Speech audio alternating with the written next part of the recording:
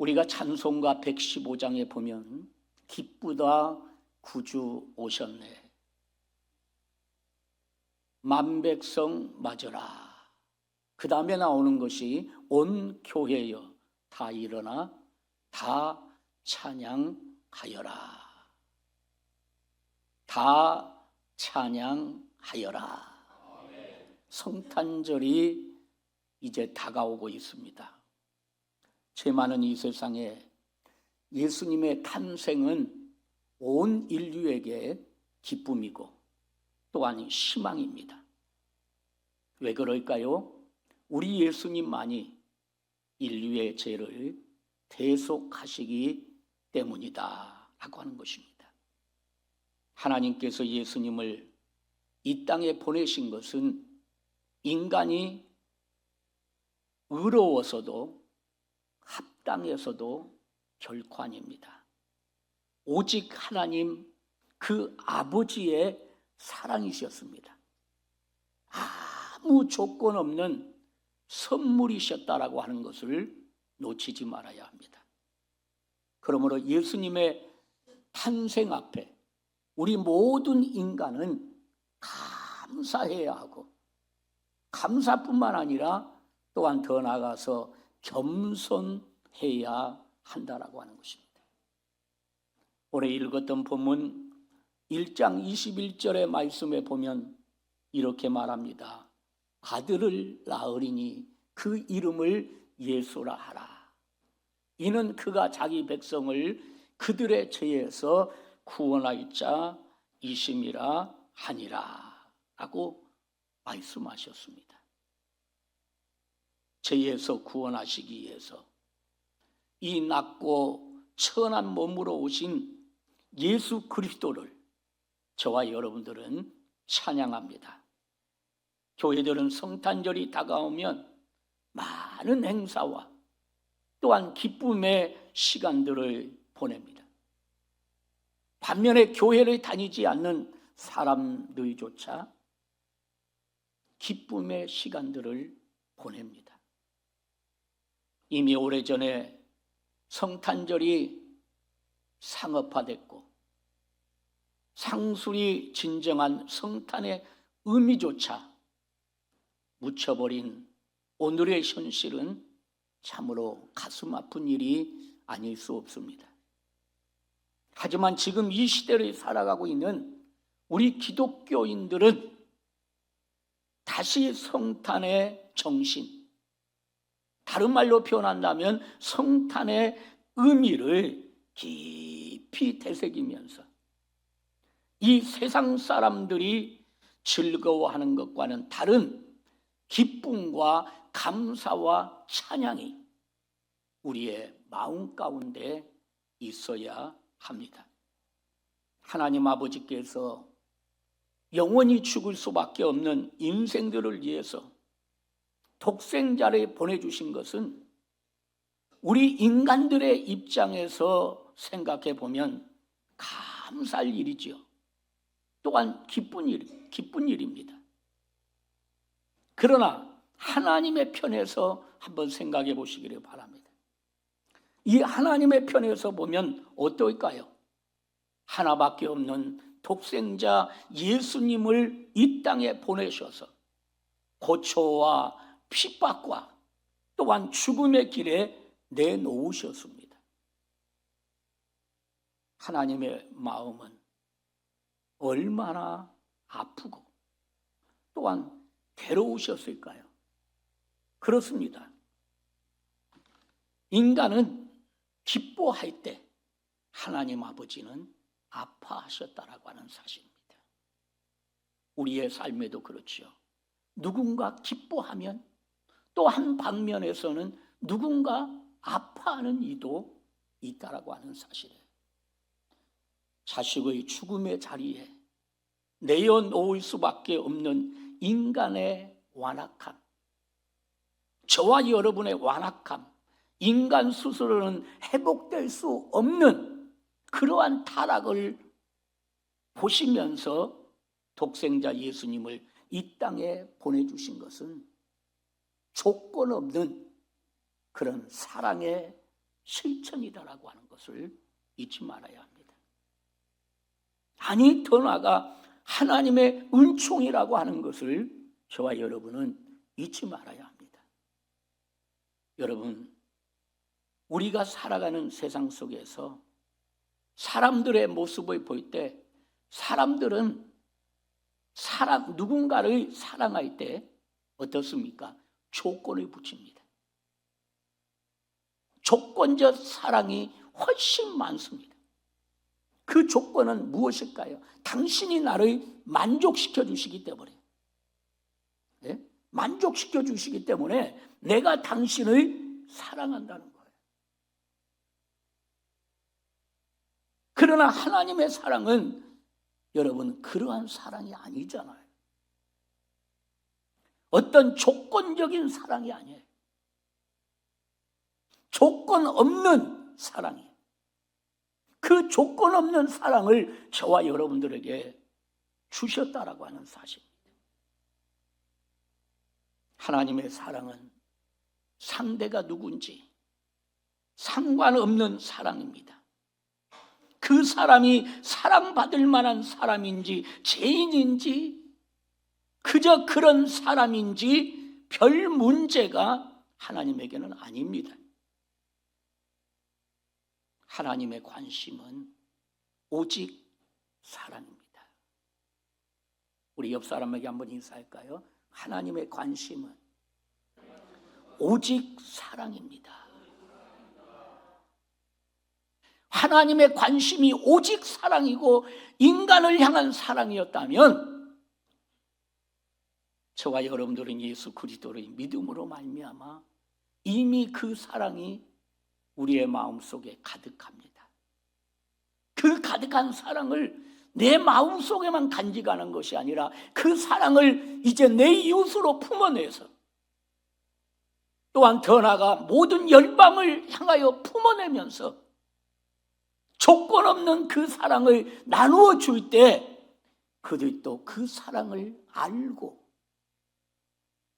주님 앞으로 돌아오게 될 것이다 라고 하는 것이 오늘 여러분 조건 없는 그 사랑, 이것이 하나님의 무엇이냐? 성품이다 라고 말하고 싶어요. 저는 성경 66권을 대할 때마다 마음속에 저 개인적으로 느끼는 것은 한 절 한 절의 말씀 속에 다 하나님의 사랑이 들어있다라고 하는 것이에요. 하나님은 사랑으로 시작해서 사랑으로 마치는 것을 우리가 볼 수 있습니다. 사랑은 하나님의 본성입니다. 하나님의 본성이기 때문에 그래요. 그러므로 성탄은 우리를 향한 하나님의 사랑이요 은총입니다.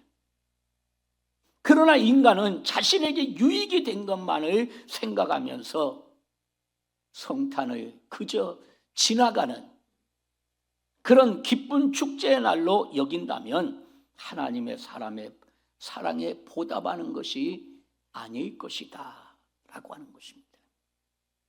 성도 여러분, 지금 우리의 세상을 보면은 극단적인 이기주의, 이 극단적인 이기주의가 넘쳐나고 또한 신앙생활에서도 나와 우리만 잘 되면 그만이라고 하는 그러한 논리에 참된 예수님의 마음을 찾아볼 수 없는 세상이 됐어요.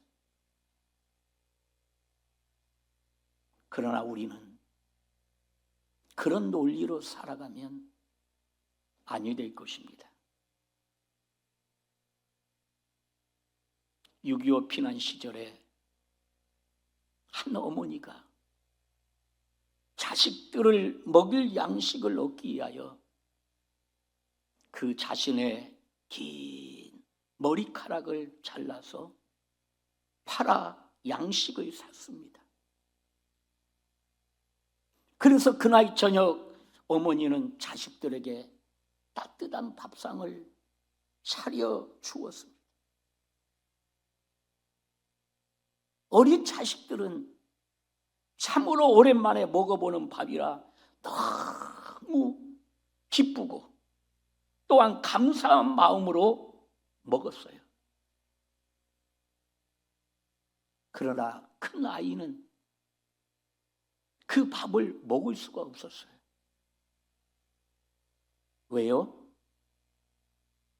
싹둑 잘라진 어머니의 머리카락을 보았기 때문이다. 큰아이는 어머니를 안고 한참을 울었습니다. 이 짧은 이야기 속에는 저와 여러분들에게 많은 것을 시사해 주고 있지 않은가요? 오늘 우리는 이 성탄 주간을 맞이하면서 주님을 이 땅에 보내주신 하나님의 그 은혜, 너무 감사할 일이다라고 하는 것이. 그러나 구원의 감격이 없이, 감사하는 마음이 없이 마냥 기뻐만 한다면 그것은 성숙한 신앙인의 자세가 아니다라고 하는 것이에요. 마음으로부터 진정으로 우러나오는 이 마음으로부터의 하나님을 향한 감사, 하나님을 향한 기쁨, 하나님을 향한 찬양이 넘쳐나야 된다라고 하는 것이죠. 왜 그럴까요? 그만큼 우리의 마음이 중요하기 때문에 그렇다라고 하는 것이죠. 인생사 마음 먹기에 달렸다라고 했습니다.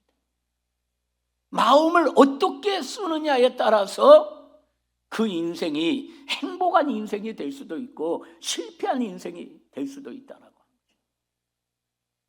그래서 잠언 4장 23절에 보면 무릇 지킬 만한 것보다 더욱 내 마음을 지키라.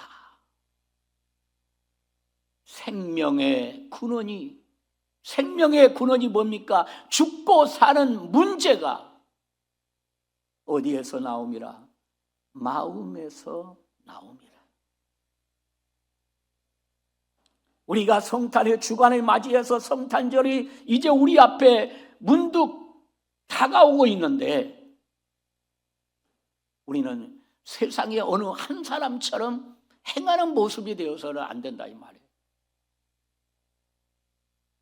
정말 우리는 이 성탄 주간을 맞이할 때마다 아기 예수로 오신 예수님, 그 예수가 이 땅에 오신 목적이 무엇이고 이 성탄의 의미가 무엇인가를 다시 한번 헤아려 보는 시간이 되어야 된다는 말이에요. 어디로부터? 우리의 마음으로부터. 하나밖에 없는, 자식을 줄 수밖에 없는 자리에 내어주신 하나님을 생각해 보세요. 아버지의 놀라운 사랑 앞에 우리는 어떻게 해야 될까요? 더욱더 겸손해야 돼. 겸손하고 감사해야 하고 하나님의 놀라운 사랑을 나타내고, 그리고 나 혼자만의 성탄이 아닌, 크리스마스가 아닌 온 이웃과 함께하는 그런 성탄이 되기를 원합니다.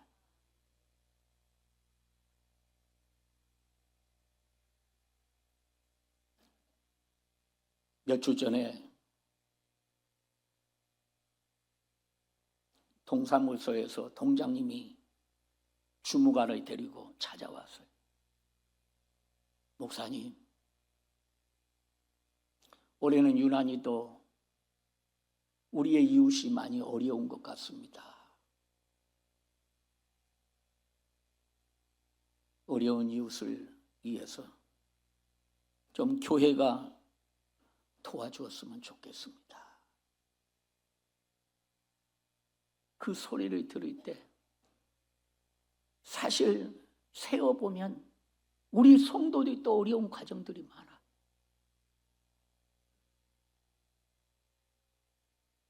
그렇지만 금년에 우리가 어떤 어려움이 있어도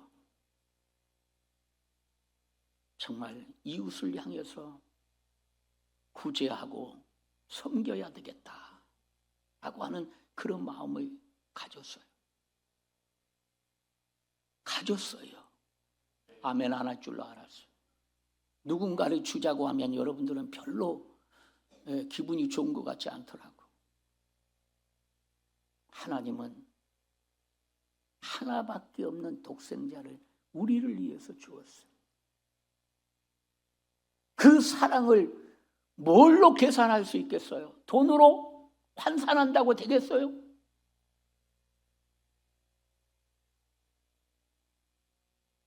그래도 우리 대한민국 구석구석을 살펴보면 그래도 훈훈한 그런 모습도 볼 수 있고요. 또 그리스도의 사랑을 볼 수도 있더라고요. 제가 어제 우리 국민일보 기독교 신문을 보니까 그래도 또 저의 카톡에 들어오는 그런 내용들을 보니까 아직도 그래도 많은 훈훈함의 사랑이 넘쳐 흐르고 있구나. 교회도 또한 정말 많은 사람들이 어려운 이웃을 위해서 섬겨주는 마음, 이건 우리 그리스도가 바로 실천한 사랑 아닙니까? 그렇다면 우리도 하나님의 자녀가 되었다면 여러분들도 함께 실천할 수 있기를 바랍니다. 이번 성탄절을 기점으로 우리 교회도 연말을 앞에 놓고 한번 어려운 이웃을 위해서 여러분 실천하려고 해요. 그러니까 나는 강조하지 않습니다. 여러분의 마음에 감동이 되거들랑 구제, 헌금 이렇게 여러분들이 해서 하나님 앞에 드려지면 교회에서 또 우리 재정부와 상의해서 우리 신정 3동에 어려운 이웃들을 조금 도우려고 합니다. 아멘? 그러니까 여러분들이 감동되는 대로 한번 해보세요. 제가 이거는 정말 몇 년 만에 여러분 앞에 처음으로 입술로 말하는 것 같아요. 저는 말하지 않습니다. 여러분 스스로 하기를 원하는 거지. 저는 모든 섬김도 스스로 하기를 원하지. 그래야 기쁘거든요. 누군가가 시켜서 하려고 하면 참 어려운 겁니다. 다 생각이 다르니까. 어쨌든 하나님의 그 놀라운 사랑을 정말 온 누리에 전하는 우리 성도들이 되십시다. 그 사랑이 나와 교회 신앙에 머무르지 않고 더 낮고 더 넓은 곳으로 흘러갈 수 있도록, 그래서 형제의 사랑, 이웃의 사랑을 실천해 가는 그러한 우리 모두 성도들 뿐만 아니라 교회가 되어야 할 것입니다. 말씀을 맺습니다. 우리 사랑하는 성도 여러분, 2025년의 이 성탄은 겸손히 나누고 섬기는 성탄의 축제가 되어서 온 누리의 사랑과 평화가 넘쳐나기를 주님의 이름으로 축원합니다. 기도하십시다.